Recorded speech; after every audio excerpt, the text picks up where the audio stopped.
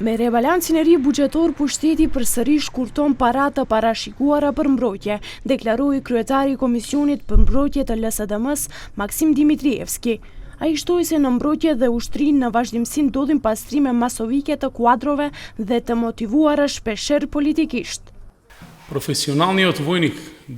Sot në Maqoni një ushtar profesionist ka pak prej vetëm 16.345 denar, lënë nga mesatarja e vendit prej 22.000 denar.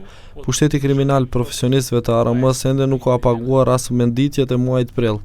Ushtarët harruan kur për herë të fundit kanë marrë para për shpenzime rrugore dhe të ditës. Ndërmjet një kumtese reaguan nga Ministria e Mbrojtjes.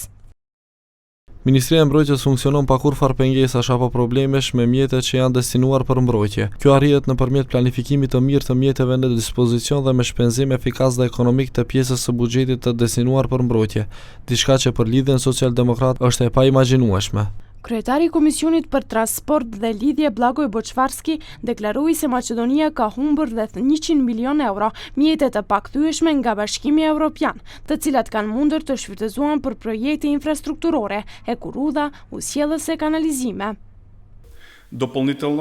Në mënyrë shtesë, segmentet rrugore të nisura me kredite jashtme kushtojnë më shtrenjtë në krahasim me vende tjera. 1 kilometër rrugë në Maqoni për momentin kushton më shumë se sa në vendet anëtare të BE-s, si në Bullgari, Kroaci, madje edhe në Danimark.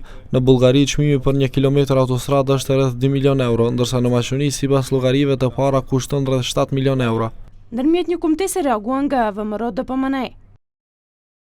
Si deri tani kjo qeveria doli të ndërtojë sisteme usjellës dhe kanalizimesh në pothuajse të gjitha komunat e Republikës së Maqedonisë, duke investuar me këtë rast rreth 50 milion euro. Kanë përfunduar rreth 404 rrugë lokale me gjatësi prej 750 km dhe investim prej 65 milion euro. Nga VMRO-DPMNE theksuan se në vend të deklaratave boshe dhe manipulimit me numra fiktiv, LSDM-ja le të del me program konkret dhe nëse ka ide t'i prezantoj ato para qytetarëve.